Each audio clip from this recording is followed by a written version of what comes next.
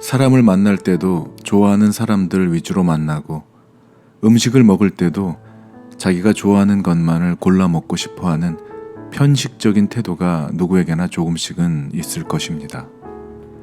그뿐 아니라 성경을 읽고 들을 때도 본인이 선호하는 말씀 구절들이 있습니다.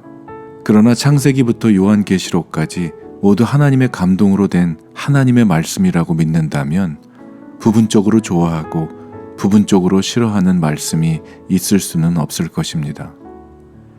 그럼에도 불구하고 말씀을 듣고 대하는 가운데 각자 자신에게 잘 들리는 말씀과 귀담아 듣지 않고 흘려보내는 말씀도 있음을 보게 됩니다.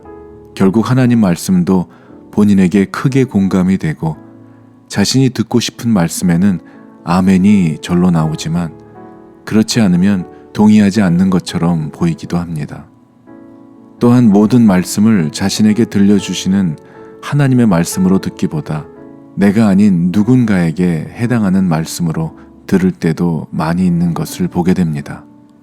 특별히 오늘 본문인 베드로전서 3장을 보면 시작부터 아내들아 이와 같이 남편에게 순종하라 고 하는 이 말씀이 선포될 때 그동안 아내에게 존중받지 못했거나 자신의 말에 아내가 순종적이지 못하다고 느끼며 살고 있는 수많은 남편들이 이전에도 이후에도 없을 것 같은 함성으로 아멘을 외치게 될 것입니다.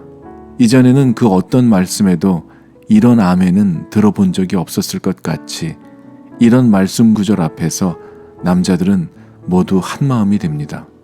그러나 얼마 가지 못해 7절에 바로 남편들아 라고 하며 아내를 귀하게 여기라는 말씀이 나오고 아내들의 이유 있는 반격이 시작되는 것이죠.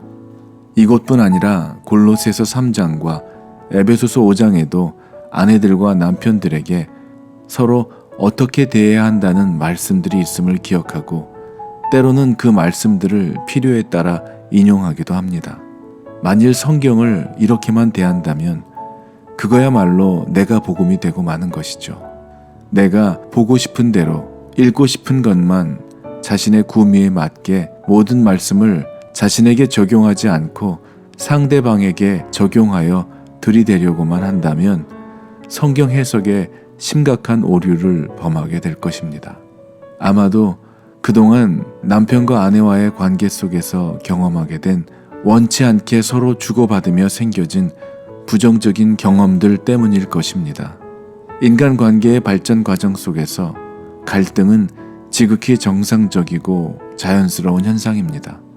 특히 독특한 개성을 지닌 두 사람이 모여 한 가정을 이루어가는 과정에서는 필연적으로 일어날 수밖에 없습니다.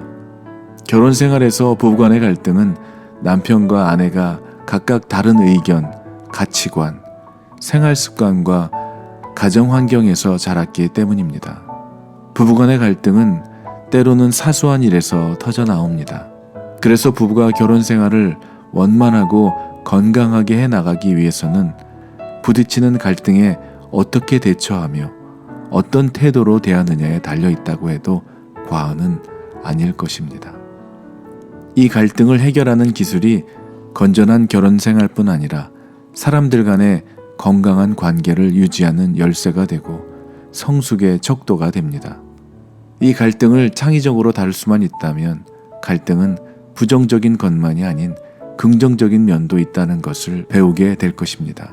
그리고 그것은 성장의 일부분이 될 것입니다. 이런 말이 있습니다.